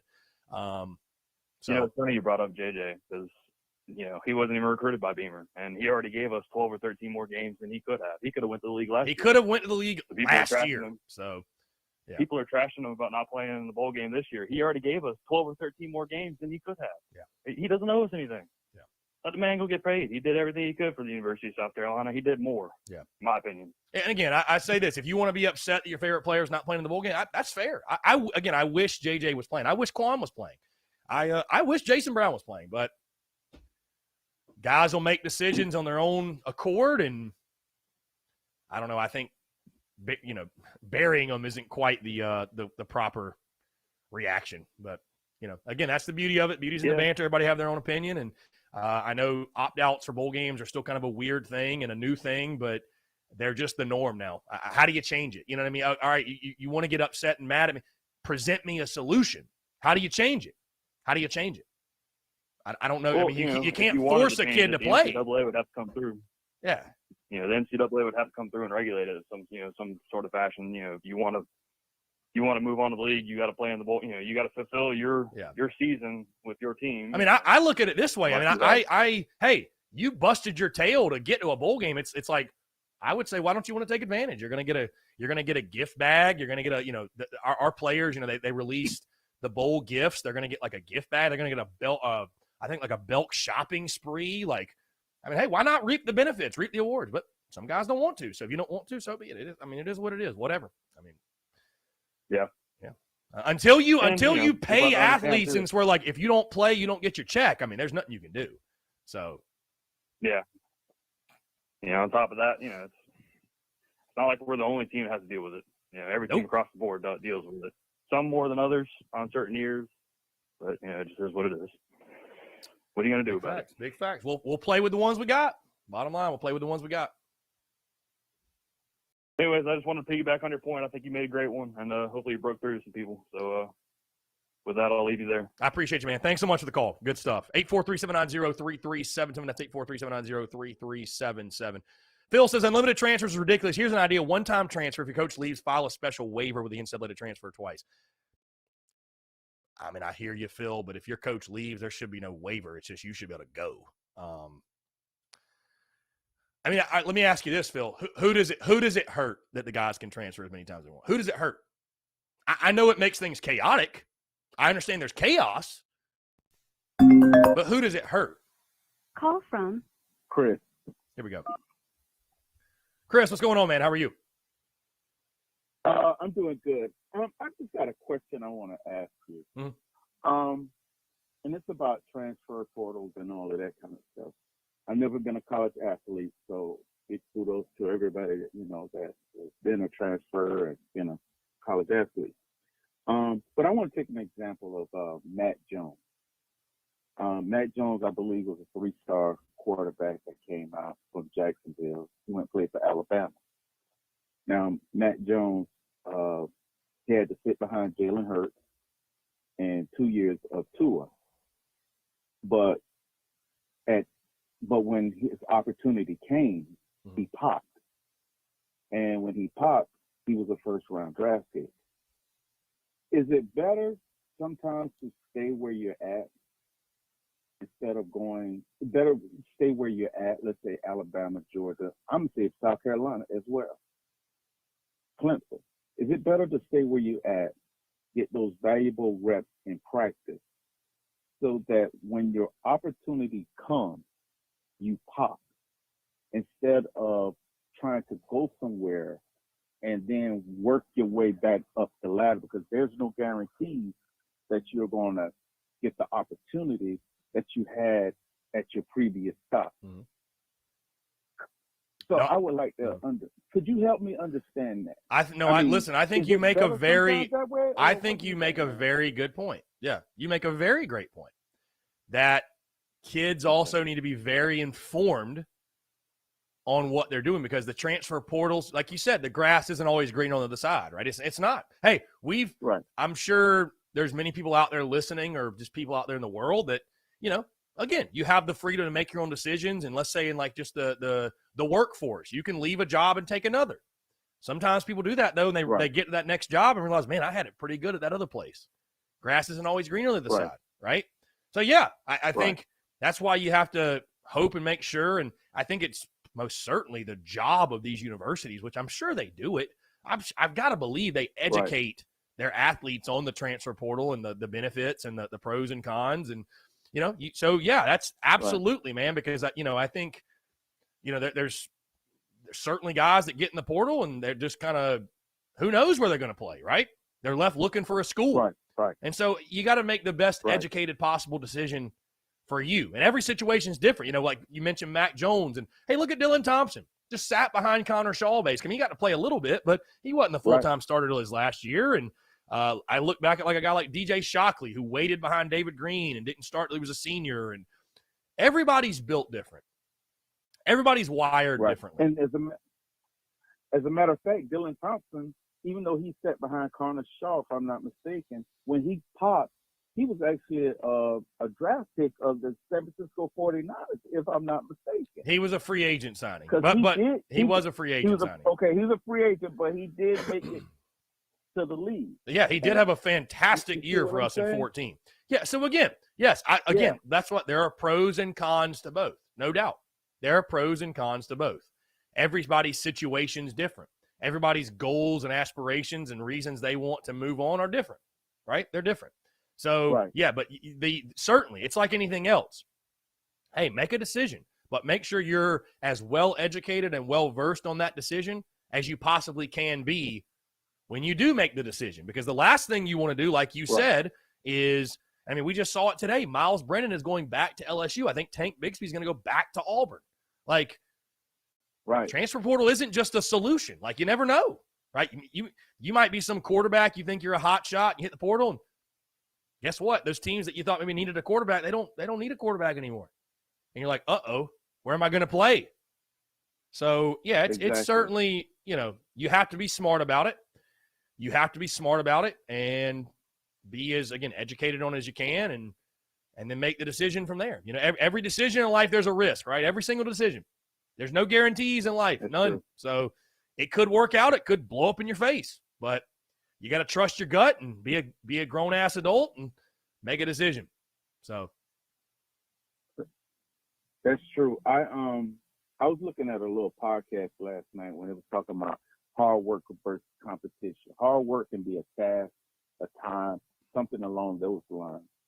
But if there's competition, let's say it's you on this baseline and it's 3 other people. Your competition, you can always say, I work hard, but at the same time, because it's just isolated you. But when you're competitive, you're in a competition with 2 or 3 other people doing the exact same task, how much of that competition that you actually have inside of you that's going to help you to be the best, so that you will always be, that you will always win the race or whatever it is that you're trying to do, make a starting job or something like that. You know, the competition of sport, it should make you wanting to be the best, so that when your name is called, you're not sitting on the sideline or whatever the case may be. You're actually out there participating in the game. You understand what I'm trying to say? Mm-hmm. Yeah. As far as the level of competition and whatnot. So I don't have a problem with Jason Brown. I mean, he came from an SDS school. I guess that's how you say it. Then he comes up and plays, with big boys, and now he's leaving again. Mm-hmm. Shane, I understand what Shane was. I would have rather for him to stay, but it's his choice. Would you feel better being at let's say a smaller school and not getting better, or would you rather stay at USC? Yeah, you're gonna be behind Spencer. We think you are, but you're gonna be a much better player. So you don't know what's going to happen when it's time for the draft and it's time for that particular day to come where scouts are looking, and they may take a flyer on this guy right here that never took a snap because Spencer Rattler is in place. And there's so many different stories that that things like that has happened.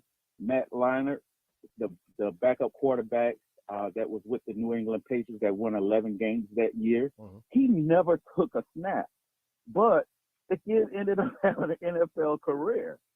So it's, like you said, you have to weigh it to see what's best for you in terms of your level of competition. If you are a person that wants to compete, regardless if you win or not, you're making some type of progress. You may not ever see it being on the field, but somebody is looking at you to say, hey, I'm going to give this guy a shot because I see what he's doing.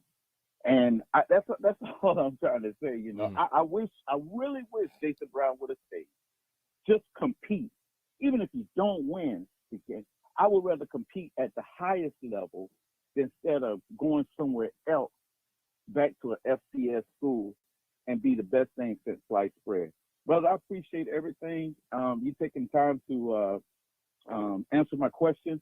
And thank you so much, man. Have a good holiday. Appreciate you, man. Have a great holiday as well. Appreciate you. No, great stuff. That was a great call.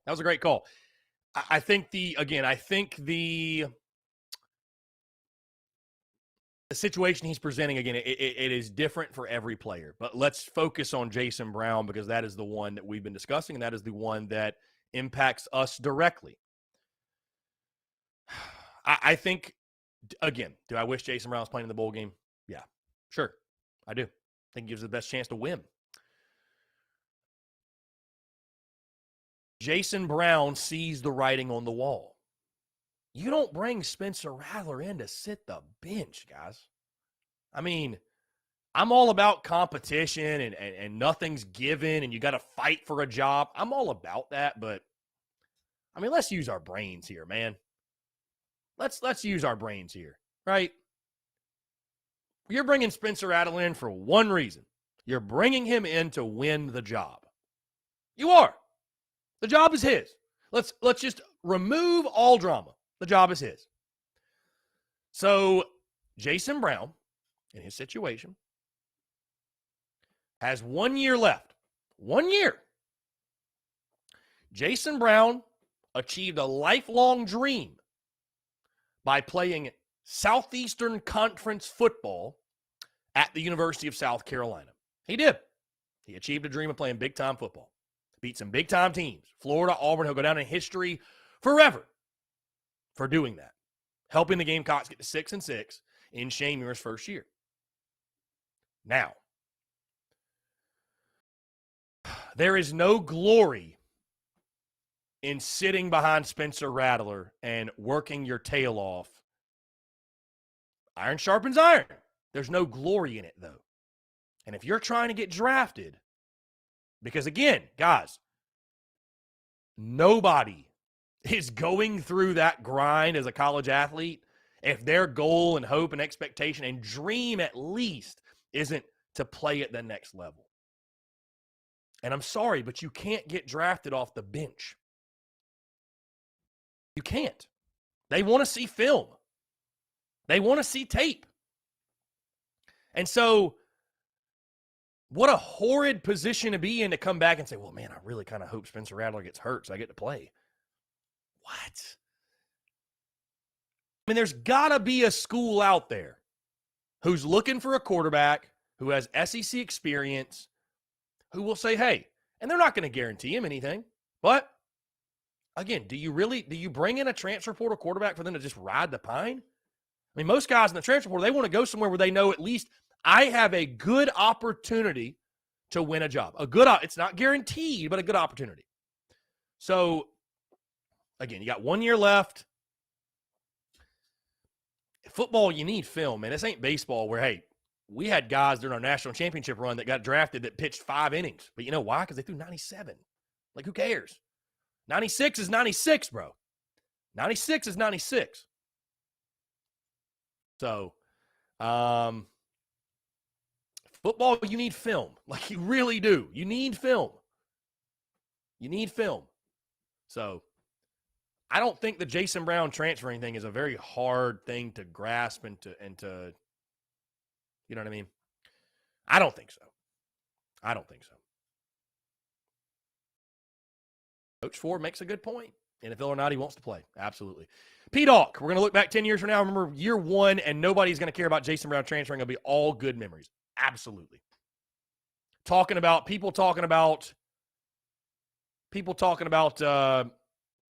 being a quitter if you don't play in the bowl game.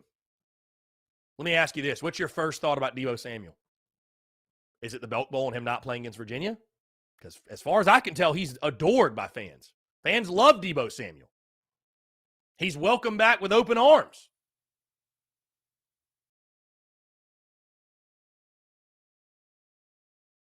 So, I mean, in the current climate right now, as we sit 2 weeks till kickoff, it sucks Jason Brown's not playing. It does. But when I look back, as P-Doc said, when you look back 5-10 years from now on Shane Muir's first season, I'm not going to remember the fact he didn't play in the bowl game. I'm going to remember Jason Brown provided me with 2 of the best nights I've had at Willie B in quite a long time. 2 of the most fun nights we've had at Williams-Brice in a long, long time. So,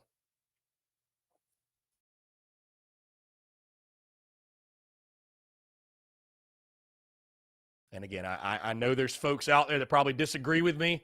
You should stick it out. Don't transfer. Don't be a quitter. Well, don't sit there and just get punched in the face when you ain't got Call to. from. Zachary. That's what I was taught. Start at the phone lines. To accept, press 1.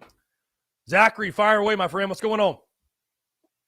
Oh, Chris, I did not mean to call you this many times this week, but I just had to say it after everything that happened yesterday. They ignored that kid to shit. He limited his post, his comments on his post. It's hilarious. You don't screw over Gamecock Nation to live. It's hilarious. That's all I wanted to say, really.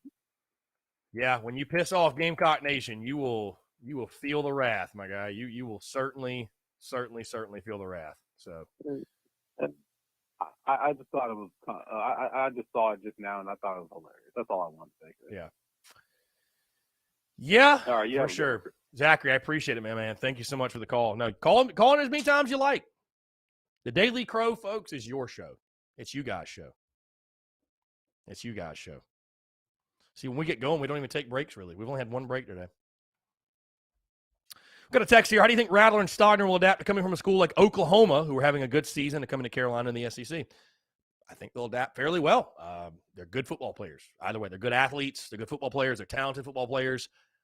I understand the SEC is the best conference, but they, out of high school, could have went anywhere, man. I don't think they'll have any issue adapting. I got another text looking back at the situation. I'm so happy we didn't get Barham. We don't need that type of guy in our locker room. The football gods work in mysterious ways, and they looked out for us. However, you do not lie to Beamer and disrespect Gamecock Nation and get away clean with it. Big no-no. Yeah, I hear you. Gamecock Nation did not take kindly to that. Sean O'Brien says, I know none of us can read the mind of an 18-year-old recruit, but what the hell do you think was the purpose of the Barham commit and dip to Maryland? Was it just for the Terps Twitter video, do you think? I'd have no idea, man. I don't know. I don't know why a kid would do that. I don't understand it. It's a very, I don't know.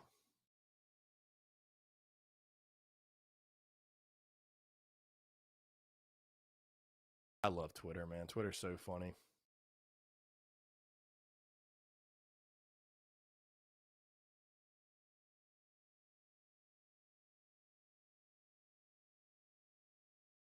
Again, 843-790-3377. 843-790-3377. Let's see. Yeah, their head coach orchestrated. I wouldn't doubt it. So, I wouldn't doubt it. Again, guys, like I said, I went on my rant earlier, but do I wish our guys were all playing in the bowl game? I do. Because I want to win the game. I mean, it'd be so nice to go into this offseason 7-6, coming off a bowl win. I'd love that. It'd be great. That would be great. OU Owns You says, do you think Rattler will be the next best quarterback in school history? I mean, nobody's going to top Connor Shaw. Depending on what he does next year, it could go down as a legend. Yeah, it could go down as a legend, OU Owns You. Certainly. He could go down as a legend. So.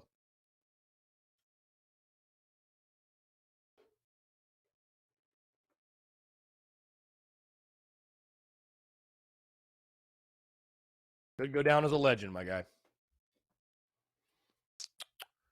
All right, let's take our final break of the day, and then we'll go ahead and knock out the final 20 minutes. Guys, again, having a blast. You guys keep it coming. 843-790-3377. That's 843-790-3377. Continue to take your questions, comments, calls, and more on the other side of the break. You're tuned in to the Daily Crow.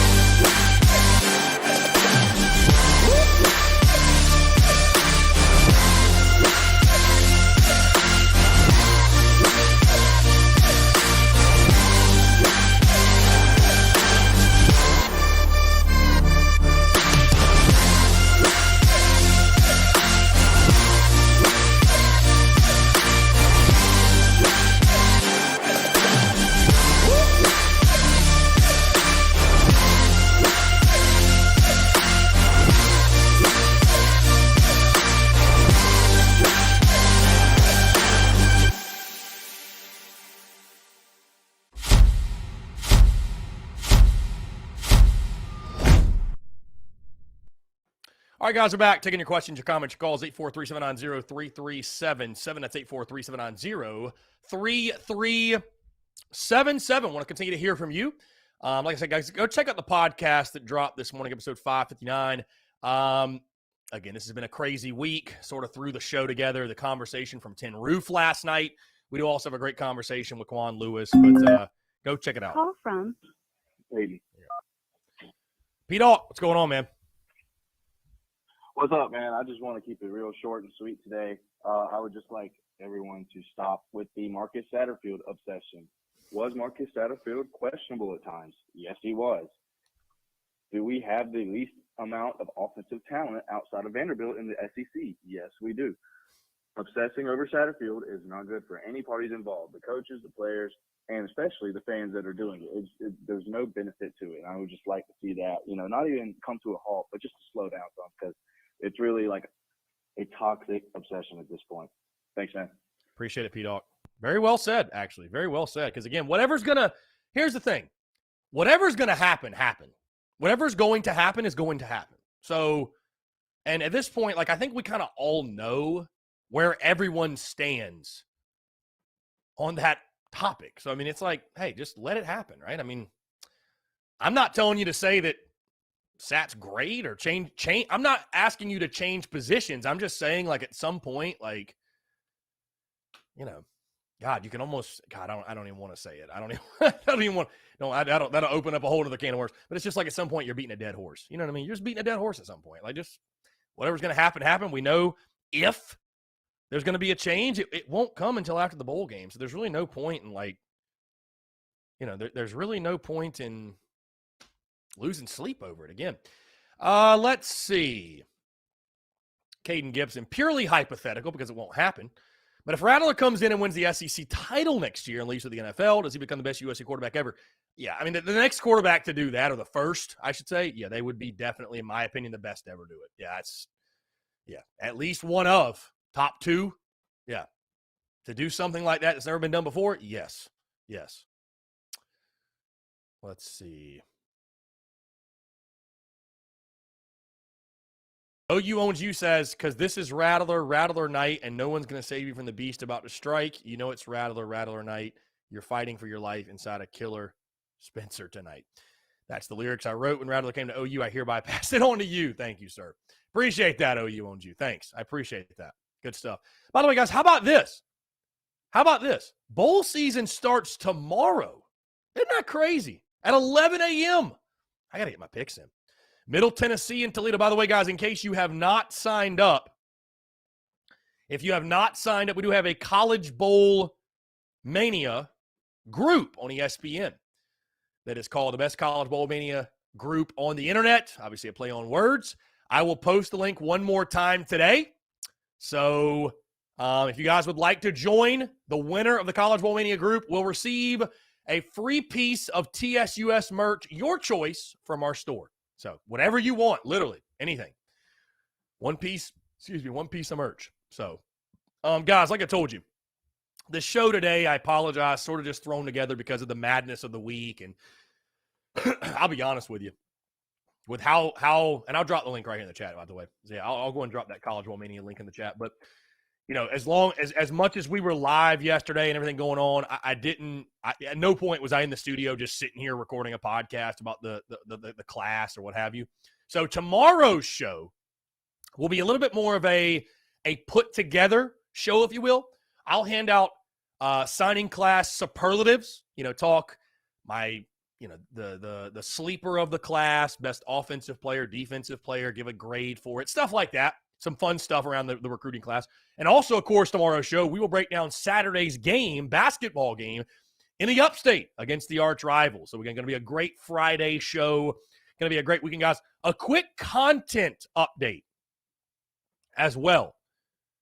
Let's see, I'm going to invite friends. Copy that. Here we go. All right, I'm going to post this link in here for you guys. If you want to join College Bowl Mania, there you go. There's the link. Just posted it. Just a quick content update. And again, I hope I'm not ruining anyone's day by saying this, but a content update for next week. So again, next week is the week of Christmas. The only things going on next week, Tuesday, the women play at 7. Wednesday, the men play at 3. Okay? I am going on a family vacation the 19th to the 23rd, getting back late the 23rd. And then, of course, Friday is the 24th, which is Christmas Eve. And then Saturday is Christmas, which is also yours truly's birthday. But, of course, I will be home, be with family.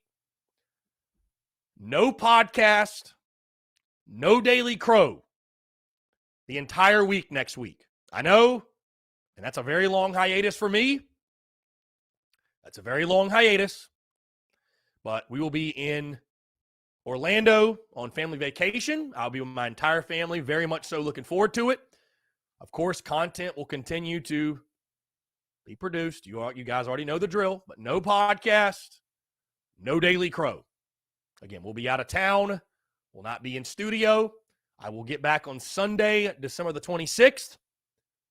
Get back into Columbia, and we'll get it fired back up big time that upcoming week for game week, of course, which Carolina will play UNC on Thursday. So there might be a podcast Monday, maybe recapping the basketball game. I mean, realistically, you guys know I could probably recap the basketball game. I mean, either way, our content that we normally put out, Shooters Shoot Award and all that good stuff, video, that'll all be there. But I just don't know that there will be a podcast. I don't know. I'm thinking like maybe Saturday night, maybe could I record a podcast after the game? Maybe, but at minimum, no Daily Crow, no podcast Tuesday through Friday, no Daily Crow on Monday. I don't know, Travi. I'm sorry. I don't know. I will tell you this, though. Here's some bonus content for you. We dove into Twitter Spaces yesterday, which was a lot of fun. So I've got a 7-hour drive on Sunday down to Florida. So we might fire up like some Twitter Spaces or something like that. Yeah, it could be fun. Just talk some ball, talk some basketball, talk whatever. P-Dawg. Business, man, family, guy. Indeed. I'm not family guy, but I am a family guy.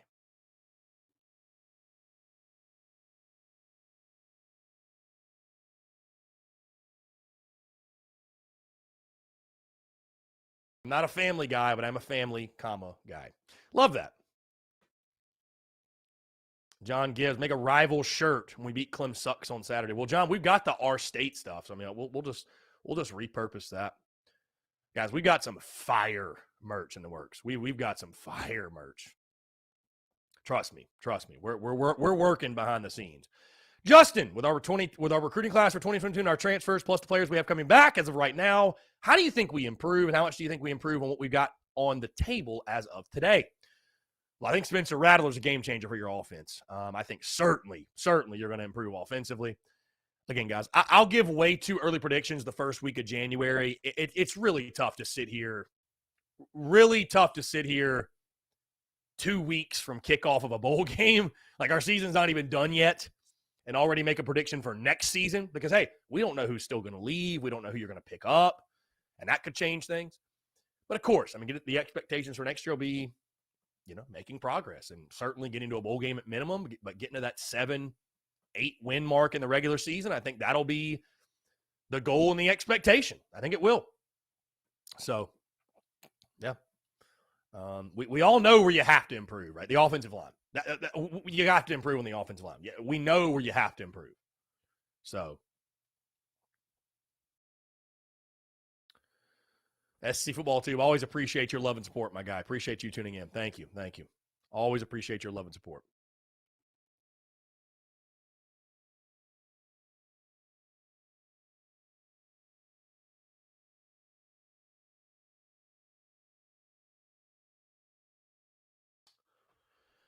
Let's see.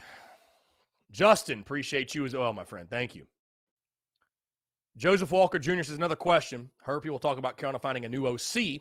What's your thoughts on that? And if you think we should, who should we try to go for? Again, guys, I'm Team Beamer. Whatever Shane Beamer wants to do. I've said it before, and I'll say it again. I've got no issues. If Shane Beamer feels it is in the best interest of Carolina football to make a move. However, this is what I think how it should go down.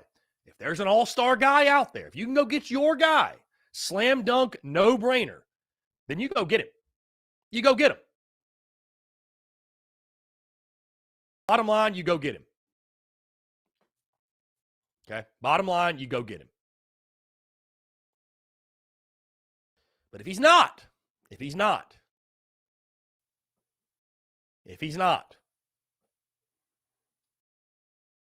you bring Satterfield back. I think it's the worst case scenario is not Sat returning. The worst case scenario is going and hiring a guy and not getting an all-star and taking another flyer. And then next year you're sitting there in the same exact position. And then you're like, oh my God, like we got a head coach that can't identify an OC. It's just Muschamp 2.0. I just, that to me, guys, would be the worst case scenario. I'd hate to see that happen.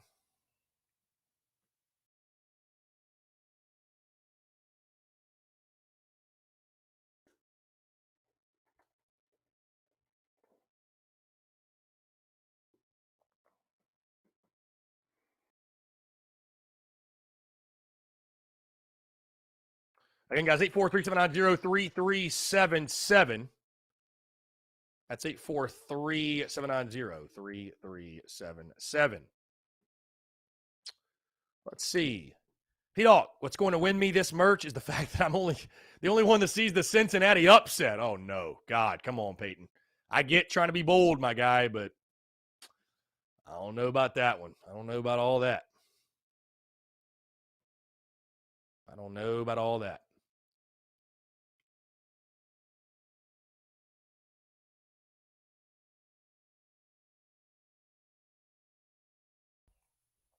P-Dog, Cincy loses to Georgia in the championship. Dude, you really think Cincy's going to be Alabama, who is a 2-touchdown favorite? You really think so? Hey, I mean, here's the thing, though. If it happens, you look like a genius. You will truly look like a genius. Straight up.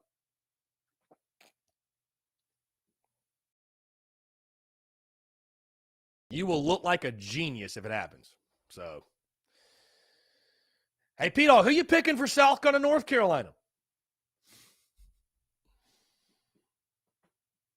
Anyways, guys, appreciate you all tuning in. Like I said, very excited for the podcast tomorrow. I mean, it's a good one today. Don't get me wrong. It really is. We had a great time at Tin Roof. And guys, by the way, I'm happy to say, there was some questioning, and at least I was, a little bit unsure about the future of the shows at Tin Roof with football season wrapping up. It looks like that's going to be a normal thing going into 2022. I think that's going to be a normal thing. And I'm very excited to say that because I'll tell you what, at this point, it's become such a valuable part of my week and my routine. And I just really do enjoy going to Tin Roof. And it's a different type of content where we sort of get to let loose a little bit. So I'm very pleased and happy to say that we will be continuing that. You take a look at the basketball schedule because I'm trying to see, because again, we go live, we're there Wednesdays, 5 to 7. 5 to 7, yeah. And the community we've built, P-Doc showing up, many others showing up. See, I think it's perfect, actually. It's perfect because, our basketball team plays on Tuesday every single week. There's some Wednesday games. And what I was thinking about for those guys, there's only 2 Wednesday games all year, and they're at home. So maybe for those, I'll just give away my tickets and we could throw a watch party for the game. I think there's a lot of potential there. And then, of course, if Tin Roof didn't keep the show going during baseball season, they just misunderstood the assignment, my guy. They misunderstood the assignment. I know they're smarter than that. By the way, guys, I was just checking, just a little curious. Went over to Circa Sports and checked the line. North Carolina now sits as a 10-point favorite in the ball game against the Gamecocks. So UNC a 10-point favorite. Did that line change due to the Jason Brown news? Who knows? So, P-Dog, yeah, because Zeb is starting, no Quan. I think that's probably got a lot to do with it. And I don't know that they've had anybody opt out. So, P-Dog says we won't score more than 14, in my opinion. That's going to be a fun week breaking the game down, no question. Be a fun week breaking the game down. Yeah, Brian Lattimore, JJ not playing. Yeah, we got some big guys that aren't playing. We got some big guys that aren't playing for sure. Let me see something real quick.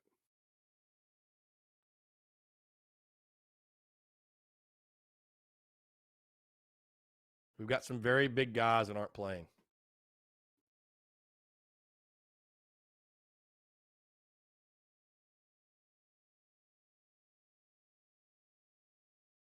Boom. P-Doc says Luke Fickell owns Alabama's offense, specifically Loxley's offense. We'll see. We'll see. Hey, SEC football too. It's all good. I took care of it. I took care of it, my guy.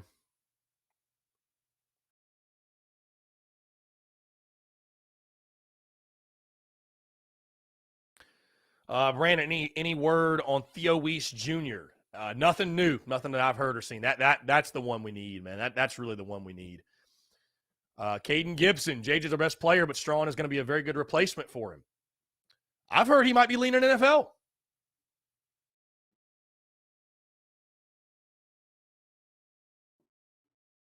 I heard he might be leaning NFL. They do have a cornerback that okay, I didn't see that. SC football too. Someone mad because Carter and Brian about to dunk on this team of fools. I'm excited, man. I'm excited. Hey, it's going to be a fun one on Saturday for sure. No, P-Dog, Paul didn't block you. I blocked him on the channel. So surprise, surprise.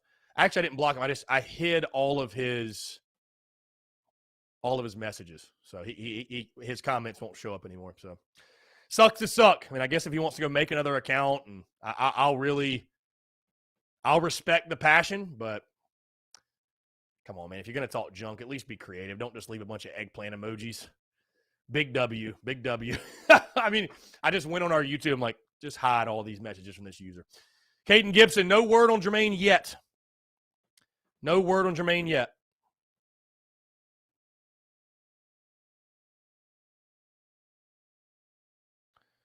No word on Jermaine yet.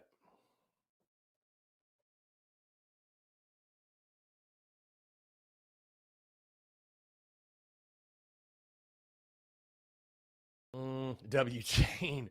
The W chain.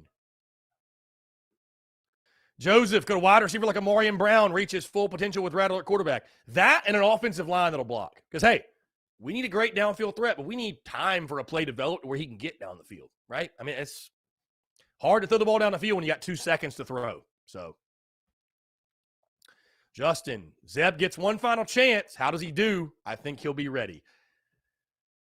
I hope so. I mean, like I said, we'll break down the game in its entirety, the week of the game, and I'll drop a prediction that Wednesday. I hope so, man. I mean, again, it's like, hey, it is just the Duke's Mayo Bowl, but I mean, if you're gonna play, win. Like, it just, Steve Spurrier said it, when you play a bowl game and you win it makes everything so much better. It makes everything so much better in the the off season, workout, spring ball. So Cody Gaskins is locked in his prediction. North Carolina 41, South Carolina 17. You think UNC is going to score 41 on this, Cody, with the defense? Brian Lattimore, Zeb about to write the final segment of his Disney movie. I hear you. SC Football Team have a hate week or a hate video coming tomorrow for the scum up north as the Gamecocks collect their overdue rent and make it 2 in a row. Let's go. I hear you.